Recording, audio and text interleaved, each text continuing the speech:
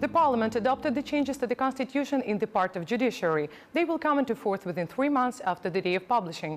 Mr. Alexei Filatov, the Deputy Head of Presidential Administration and the spokesman of the draft bill, stated that today's adopted changes will help the judiciary to become independent and reliable, to attract new faces to the system and to be out of politics. And now more about how the Ukrainian court will be changed. The Ukrainian parliament had already approved the changes to the constitution in the judiciary on February the 2nd. Fast forward to this week, 335 MPs voted in favour of it. These are the factions of the coalition, namely the Petro Poroshenko bloc and the Rodney Front. Meanwhile, Samopomych and Oleg Leshko's Radical Party didn't support the bill. President Petro Poroshenko called for MPs to support the amendments to the constitution. According to him, the most important reform is the judicial one, because the anti-corruption reforms in Ukraine are being eroded by the corrupt courts. Ми повертаємо українцям право на правду. We bring back to Ukrainians their right for truth. We bring back their right for justice. Боремося за те, щоб We fight for Ukraine to have a fair trial. Да, ми це робимо для інвесторів. Yes, we do it also for investors who will come to give jobs and provide tax income and economical development. Забезпечити економічний розвиток. Да, ми це робимо на виконання.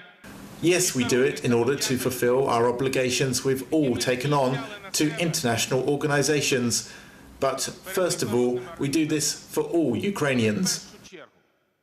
Ми це робимо для українського народу. Major constitutional changes were announced by the deputy head of the presidential administration, Mr. Alexei Filatov. From now on, the 5-year probation period for judges has been abolished, a decision aimed at avoiding political interference in the choice in the future. The salaries of judges will also increase. Judges in local courts will receive 41,000 hryvnias, while those in higher positions will receive more than 100,000 hryvnias. From now on, a judge will be stripped of immunity after their term has finished.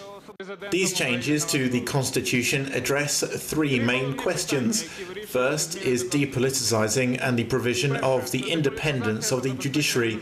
The second is establishment of a responsible judicial power.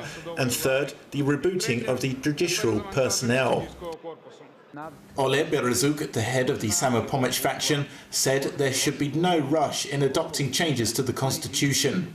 Є декілька красивих сентенцій і новел, які є. He said there are some fine words and novels which are attractive, but unfortunately these words cover the things which might devaluate this main law of the state. There is a big danger of disappointment in this law, which is to stand on the defense of interests of every person. Інтересів кожної людини. Meanwhile, Ukrainian army helicopter pilot and MP Nadia Savchenko thinks there is no sense to adopt changes to the constitution at a time of war. And so the Cheka Soviet-era security system of the Lugansk and Donetsk People's Republic will come and will say, so you adopted changes to the constitution, and here is our constitution written by Russian Federation, so approve it.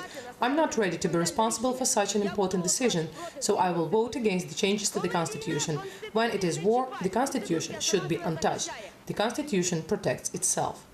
The Ukrainian parliament passed the draft bill on the judiciary and the status of judges on Thursday. This law will only come into effect after the changes to the constitution in the part of the judiciary. It's hoped it will be fully enforced by mid-September this year.